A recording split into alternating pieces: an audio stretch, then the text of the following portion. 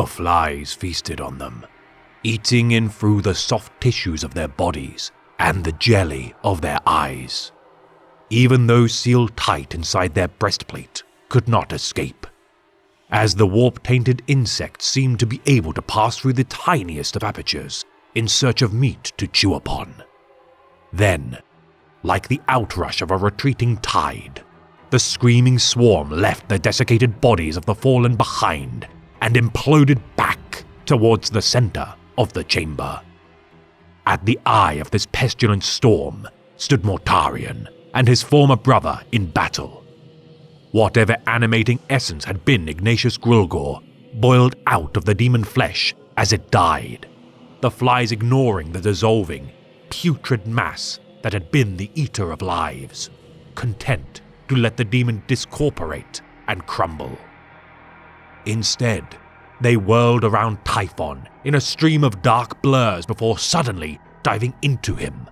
The swarm bored up through the great wound Mortarion Scythe had left in the first captain, and they plunged down his open mouth. He welcomed them, taking everything they gave. Aghast, Mortarion could do nothing as Typhon's body twitched, writhed and distended to accommodate the transformation eating him from the inside out. His back swelled amid the crackle of fracturing bone and ceramite, and dense flutes of fissured horn burst out, each one spitting clouds of flies as smoke would belch from a chimney. He shuddered, sloughing off lumps of dead, grey flesh to reveal the new bloom of rotting muscle beneath. Where his battle armor ended and the putrid meat of him began was impossible to see. Finally, with a repellent crunch of breaking cartilage, the nub of a twisted horn grew from the first captain's swollen face. He glanced up, wheezing and shuddering, and with each indrawn breath and exhalation, Mortarion could hear the droning of the flies inside him. He had become a hive for the things, a living nest for the destroyer plague. "Calus," Mortarion whispered in the deathly silence that followed. "What have you done?" "Know my name," came the seething reply. "I am the herald of what we shall be, Mortarion." He drew himself up, flexing his arms and testing the play in his mutated, new form. "I am Typhus." The pawns of chaos are often the victims of scheming gods, unaware of the true intent of their benefactors and the resultant paths they will tread. Champions, lords and demon princes all dance to the tune of corruption, decadence, and depravity, yet only the most malevolent schemers chose to pledge their service to the primordial annihilator willingly. For today, we shall elucidate the chosen herald of the plague god and architect of the downfall of his kinsman and even Genesire, the first captain of the Death Guard Legion, Typhus the Traveler. Among the planets which would harbor the sons of the Emperor, many Death Worlds forged primarchs and legions, molded through strife and ruin. The noble first revered the feral wilds of Caliban and incorporated knightly virtues into their orders, whilst the Forge Masters of the 18th looked to their volcanic landscapes of Nocturne as inspiration for their Promethean cult. Yet among such desolate bodies of suffering and toil, one planet would be marked as little more than a playground for degenerate tyrants, Barbarus. Ruled by malevolent psychers, utilizing their warp-spawned powers to reanimate the dead of countless battles fought for land and influence, the human denizens of this accursed world eked out a harsh existence as farmers within the new settlements of untainted soil. So terrible were the actions of these necromancer overlords that many who lived upon Barbarus exterminated all vestiges of psychic potential from their kin, for to allow such mutants to live would surely usher future torment if left unchecked. A child of Barbarus wandered the farmlands of his home, every plant in his presence shriveling and object stirring with each moment of emotional stress endured. A boy named Callus Typhon. A hybrid born, sharing blood with an overlord of Barbarus, the villagers of Callus's tribe drowned his mother following his birth, yet could not bring themselves to murdering an innocent. With time, the boy learned to master his psychic potential. The elders of his village, impressed by his innate talent to harness such powers to benefit his people. Training to one day become capable of defending his tribe from the oppression of the necromancer overlords, a chance to emancipate his people presented itself with the defection of a fostered son of High Overlord Nakar, Mortarion. Ignorant of the Primarch's true genetic legacy, Callas by a quirk of fate encountered Mortarion during his escape from his jailer's keep and led the towering figure to the sanctuary of his village. Inviting persecution from Nakar, Mortarion took up the harvesting scythe of the people of the village and slew the pawns of his armies, his blade carving through swathes of their men before hunting down the leader of the ragtag band of undead thralls. Impressed with the giant warrior's martial skill and resolved to liberate Barbarus's populace from oppression, Typhon pledged to fight at the side of the Reaper of Souls as the first of his rebel militia, the Death Guard. Assuming the mantle of Mortarion's lieutenant and most trusted advisor, Callus Typhon fought by the side of Mortarion as their war against the overlords began to tip the scales of power. Present during the Emperor's reunion with his gene son, the half-breed of Barbarus required new purpose following the death of High Overlord Nakar, and after being screened by the apothecaries of the Dusk Raiders of Terra, proved to be a perfect candidate to join their ranks. Drawing recruits from Typhon's clan of origin, the Death Guard's character changed irrevocably. The stoic Terran warriors of old supplanted with this hardy breed of dour Barbarans. Though Callus was trusted above all of his genesire's progeny, such favor could never protect him from the Legion's disdain for the use of psychic powers. Concealing his talents from his kinsmen, Typhon mastered the 14th Legion's tactics and training suited to tests of stamina, constitution, and endurance. Already proven in the eyes of his liege due to his stalwart service during the war against the overlords of Barbarus, it came as surprise to no one that Callus was destined to lead the 14th Legion as their first captain. His immense strength and durability, unaided by his use of psychic powers, none could know the full extent of his martial and strategic prowess should he one day let loose his full psychic potential. Leading his men throughout the Great Crusade as a noteworthy, if not unsubtle, warrior king, the 14 steeds made in Typhon's name resounded throughout the Imperium. Wading through the deadliest of war zones with ease, no matter the toxic hazards nor firepower pitted against his men, the Man-Reaper of the first captain claimed untold thousands of lives in service to the Emperor's vision for a united galaxy. Each first captain of the Legions was a legend in their own right during this era of prosperity, and even among such heroic figures, Callus Typhon stood tall. Respected greatly by the foster father of the Lion, Sar Luther, these knightly cousins born of distant death worlds bore a shared admiration for their deeds made as warriors, forged from hostile origins. Surviving wounds which would slay a typical Astartes, Typhon's head injury sustained from the tribe wars of Rothric IX, rather than disorientating him, spurred him on to greater heights of slaughter. Saving a squadron of the Silent Sisterhood during the campaign of Madrigal, Typhon's act of cushioning the force of an exploding crack grenade with his body took only a mere week to recover from within his legion's apothecarion. The champion of a legion characterized by stubborn defiance in the face of horrendous odds, even the 49 Death Shroud elite, handpicked by the Lord of Death, paled in comparison to their captain. For even among a force such as the Angels of Death, reputed to be incapable of fear, those who followed Callus Typhon could not honestly proclaim a lack of terror at the sight of this harbinger of destruction.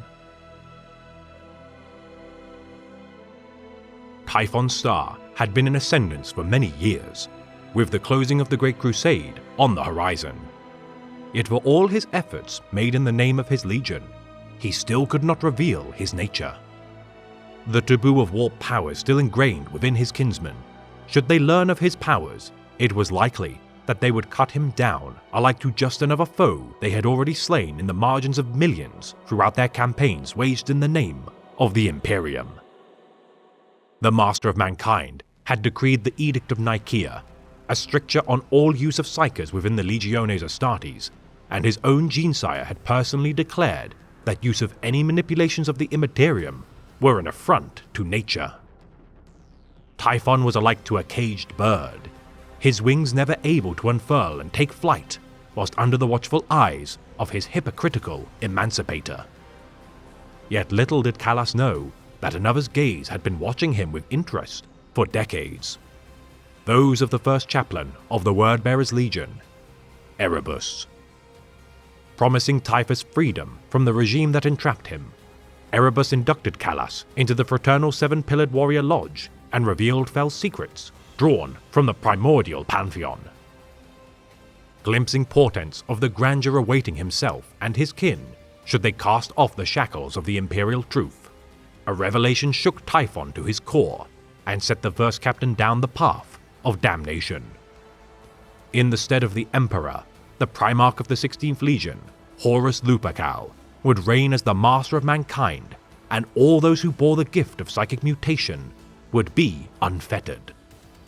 Standing at the side of his Primarch, Mortarion, Typhus conspired with his Gene-Sire to cleanse their legion of those loyal to the Emperor, and chose to revolt against his will. The overwhelming Barbaran stock of the 14th Legion stood in lockstep with their Primarch, concealing their intention to quell their Terran forebears and any of their own bloodlines who defied the ascendance of the War Master of Chaos. Ordering his subordinate, Commander Ignatius Grulgor of the Second Great Company, to keep a close eye on the Terran-born battle captain, Nathaniel Garrow, during their coup, Typhon knew in his heart that such a staunch scion of the Imperium could never be swayed to their cause. Upon Istvan Free, the traitor contingents of the Death Guard set their plot into motion, deploying their loyalist brethren onto the surface of the planet before smothering their number with barrages of virus bombs and cleansing flame. Not even the Sons of Mortarion could endure the fell payloads of such Exterminatus-class weapons, and as Typhus watched the death of this far-flung world from orbit, he felt a strange feeling of unease as their meticulous scheme unfolded. Aboard the Voidcraft, the Eisenstein, Nathaniel Garrow and those loyal to the Emperor had slain Grulgor and begun maneuvers to escape the Istvan system. Attempting to intercept the escaping frigate aboard his flagship, the Terminus Est, though Typhon managed to heavily damage the vessel, the Eisenstein escaped into the warp and would soon bring word of the clandestine betrayal to the attention of the Emperor. Thousands of Death Guard littered the soil of Istvan Free, yet small bands of warriors remained on its surface. For 3 months, Typhon alongside the traitor legions of the Emperor's children, World Eaters and Sons of Horus, purged the remnants of their valiant former kin. With word reaching the Imperium of the atrocity of Istvan Free, a retribution fleet consisting of the Iron Hands, Salamanders and Raven Guard were dispatched. Rivers of blood soaked the soil of Istvan V as the wearied traitor legions held back the wrath of the Emperor, their patience rewarded with the defection of the Iron Warriors, Night Lords, Word Bearers and Alpha Legion in the ensuing second wave of battle. Horus's rebellion now held claim to 9 legions following the conclave of the Primarchs, for even Magnus the Red of Prospero had suffered at the hands of the loyal sons of the Imperium and pledged his service to their new benefactors. Once more reunited with the bearers of the Word, their influence guided Typhon to seek out the Plague Lord, Nurgle, within the dark corners of the Void as he embarked with a splinter fleet of the 14th. Typhon was much changed, for he no longer fought in the name of the Emperor, nor even his Primarch. Callas fought only for himself and the patron for whom he now pledged fealty. Mortarion's Death Guard remained ignorant of the true power of chaos, for unlike the sons of the Phoenician, who thirsted for stimuli, scions of the Red Angel who hungered for blood, and ravenous scholars of the Crimson King seeking knowledge, the 14th spurned the gifts they so richly deserved. Taking action into his own hands, Typhus attempted to acquire the mysterious Tucholtia engine in possession of the Dark Angel's Legion. Failing to wrestle control of the powerful artifact from the Lion of Caliban, Typhon retreated to the Zaramun system to seek sanctuary from an old ally. Meeting with Sarlufa, his old friend concealed the Death Guard fleet from the pursuing Retribution force under the command of the Dark Angel Seneschal, Corswain. Noticing changes within his form, the gifts of Nurgle had begun to bloom within Typhon, and Lufa knew in his heart that the being known as Callas would soon transform into something else entirely. A student of Chaos Grimoires, gifted by First Chaplain Erebus, Sarlufa knew not the full extent of the transformation which Typhon would endure, yet cared only for the safety of Caliban, and so resupplied Callas's fleet to embark upon the void once more. Instructed by Erebus to meet with his Gene-sire to enact the meticulous ploy devised between them, Typhon returned to Mortarian's side upon the world of Enix. Dissatisfied with his Primarch's refusal to submit to the will of the Plague God, Callas slew the Death Guard's fleet navigators, framing them as conspirators with the Emperor's advisor, Malcador the Sigillite. Convincing Mortarion that his own psychic talents would suffice in allowing the fleet to navigate through the warp in order to meet with the traitors assembling at Ulanor, the fate of the Death Guard was forever sealed. Once within the Immaterium, Typhon delivered the fleet into the clutches of the Lord of Decay, his influence pouring through each Voidcraft until his gifts infected every living soul aboard. Nurgle's rot and the Destroyer Plague polluted the vessel as countless flies formed miasmas of sickness, disease, and corruption throughout their confines. Each bite of skin formed pustules and gelatinous ooze, growths and colonies of insects birthing from the marrow, organs and vestiges of tissue not sloughing into rotting puddles. So trained were the Death Guard to endure disease was their blessing turned into a curse, their adaptations allowing them to endure horrendous mutations. Confronting Callas within the Terminus Est, Mortarion struck his first captain with the blade of his deadly war scythe, Silence, its edge biting deep into his body, ending his life. Callas Typhon was dead, yet Grandfather Nurgle would not allow his chosen herald to perish, and as such, allowed him to rise once more. Ordering the returned First Plague Marine and Demon Prince, Ignatius Grulgor, to kill Typhus, as Grulgor suffocated the life from the first captain with his hands wrapped around his throat, the deadly flies swarming the ship devoured his flesh. Yet this abominable swarm of the Destroyer Plague had found a new vessel to harbor their grotesque hives, the corpse of the half-breed of Barbarus. Pouring into the corpse of Typhon, the Destroyer Plague transformed his body into a parody of life, protrusions erupting from his spine, his flesh melting from his bones as his armor bloated and a single sharp horn sprouted from his skull. Typhon was no more, for today, the being known only as Typhus the Traveler had been born. Observing the Plague God's influence invade the form of his Primarch, Typhus witnessed the Pale King submit his soul to serve the Grandfather in order to deliver his men from the unfathomable pain they had endured. Finally, the last Demon Prince of the Four had been claimed, and with the Pale King reborn in the image of the Lord of Decay, the Death Guard were truly ready to invade the Throne World. Typhus had near single-handedly changed the course of his legion's future, and through his actions proved to be worthy of the Plague God's favor. Capable of unleashing both the Destroyer Plague, Nurgle's rot, and his array of psychic talents at will, Typhus was truly a vessel for the most devastating gifts of the Lord of Pestilence. His Cataphractite Terminator armor deformed to strange proportions, his Man-Reaper power scythe instilled terror into those that saw the bite of its edge. Present during the Siege of Terror, during 014.M31, Typhus fought alongside the Primarch of the Iron Warriors, Perturabo, first captain of the Sons of Horus, Ezekiel Abaddon, and the Dark Apostle of the Word-Bearers, Zardu-Leak, in their efforts to breach the walls of the Imperial Palace. Summoning the demon prince of Nurgle, Korvax Utterblight, into the material realm, the rampage unleashed by the disgusting creature subverted the civilian populace's religious zeal and turned their faith into despair. As the siege protracted, Typhus faced the White Scars, Blood Angels, and Custodian Guard in battle as they fought tooth and nail to defend the Colossi Gate. Following the fall of the Colossi Gate, Corswain of the Dark Angels managed to retake and reactivate the Astronomicon within the Hollow Mountains, and in doing so had aided the traversal of the Dark Angels, Space Wolves, and Ultramarines legions to reinforce Terra. Dispatched by Mortarion to shut down the Astronomicon, Typhus's forces, though able to wound Corswain, proved unsuccessful in preventing the first living saint, Euphrates Keeler, from sustaining the light of the Astronomicon. Mortarion fell at the Battle of the Lionsgate Spaceport at the hands of the Warhawk, Jaghatai Khan, and with the Pale King's banishment into the Warp, Typhus assumed total command of the Death Guard. Bereft of their Primarch, the 14th Legion could do little but erode away the defenses of the Loyalists.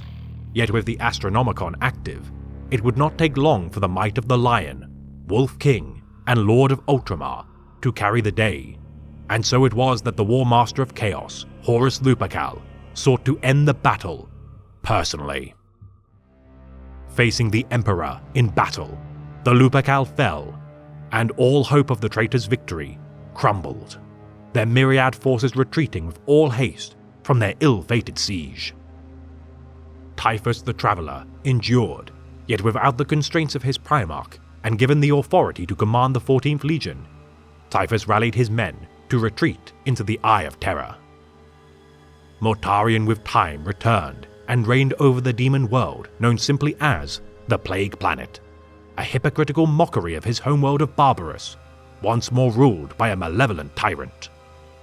Disgusted by the mawkishness of his gene-sire, Typhus abandoned the Death Guard Legion and committed himself as a true disciple of the Plague God, rallying a plague fleet in his image to enact the will of their patron. For much of the Garden of Nurgle required tending, and if its boundaries were to grow, new seeds must be planted across the stars. For 10 millennia, the Traveller wandered the expanse of the void at the head of his plague fleet, the unmistakable image of the Terminus Est darkening the sky of each planet it loomed over. Across hundreds of worlds, the Destroyer Plague found new victims to feast upon and spread its malign influence. For wherever the Traveller treads, his virulent decay spreads unholy spores and hatchlings of the Grandfather. Fueled by a need to create the perfect plague in order to bring the galaxy to heel, Typhus has studied the flora, fauna, and creatures of the Garden of Nurgle and sought all means to hone his craft of decay and unclean renewal. Defending the Garden of Nurgle from invasion by the Blood Legions of Khorne, Typhus claimed the organs of his slain demon prince of the Blood God at the Bubbling Gully and offered them to Nurgle's cauldron. Rewarded with the chance to dip his scythe into the brew of Nurgle's cauldron at the side of his throne, now even close proximity to its stench is enough to lay low a mortal man. Favored far in excess of his Primarch, Typhus is imbued with the knowledge that he is favored beyond even a wayward son of the Emperor, and as such has sundered entire planets such as Caradina 7, Propheus, Ligita, Florence, and Jonah's World with myriad plagues and contagions. Attempting to form a new Astartes Legion during 988.M41 by fusing fallen angels and Death Guard together, dubbed as the Death Angels, only through the actions of Supreme Grandmaster Azrael and Cypher were such calamitous ambitions sundered. Ordered by the Lord of Decay to bring ruin to the realm of Ultramar, following the revival of the Avenging Sun, Rabute Guilliman, once again the Traveller worked in cooperation with his gene-sire in order to destroy the resurgent empire of the Galactic East. Harrying the outer system of Ultramar with his vast fleet, whilst the Pale King invaded its core worlds, Typhus made clear to his Primarch that he considered him little more than a tool of war for the Grandfather, and held no loyalty nor esteem for him. Warning Mortarion that his lack of devotion made in the name of the Grandfather would endanger the success of their campaign, the words of the traveler held true with the conclusion of their invasion. Nurgle commanded Typhus to retreat from the invasion, for riper spoils lay in wait within the Scourged Stars as the gods of Chaos fought for dominion of the war in the Rift. Abiding the demands of his patron, the traveler left Mortarion to persecute the Plague Wars alone, and in doing so, condemned him to failure. Though slaying the Avenging Sun with a strike of his war scythe coated in the poison concoction known as the Godblight, the Master of Mankind possessed the form of the Lord of Ultramar and unleashed his limitless divine light. Setting aflame the Garden of Nurgle, the folly of Mortarion and his refusal to abide by the will of the Plague God has cost much to his domain. The Pale King endures punishment at the hands of the Grandfather, yet Typhus the Traveler fervently continues to enact the will of his patron.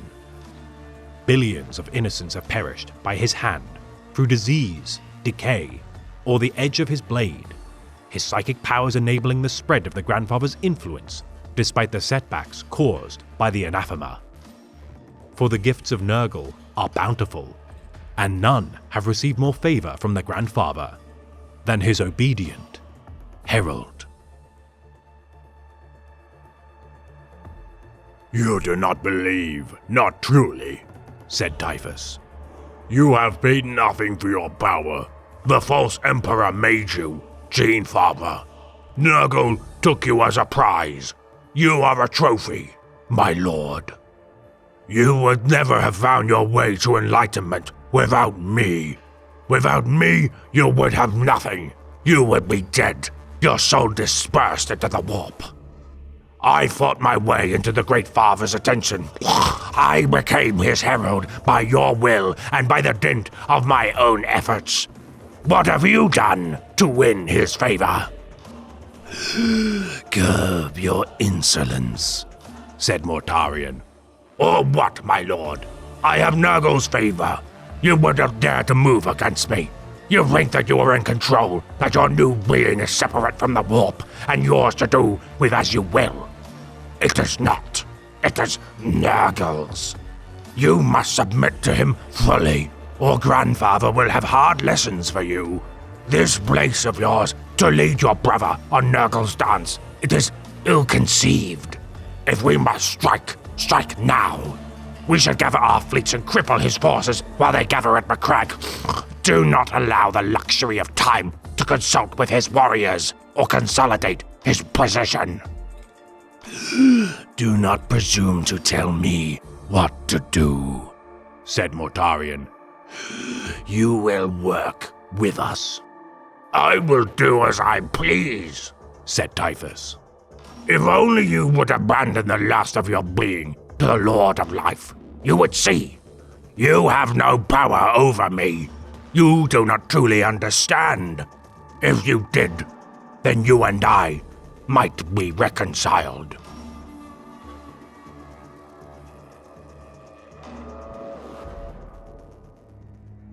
This has been a tale of the Great Imperium of Man, read by the Remembrancer. Calas Typhon's tale is that of a child spurned from, both for a past and abilities, inherited, not of choice. It is easy for all of us to castigate those who break societal taboos, for each culture and kind varies in their outlines of what is considered appropriate values. No matter the circumstance to which we are born, whether in regards to health, influence, or affluence, we all must choose what values to espouse and champion. Be wary of the enticements of judgment to those around you, for none have choice in how they were conceived, nor what legacy they inherit. It matters not where one comes from, for what defines their journey is not the actions of their forebears, only the path they choose to tread.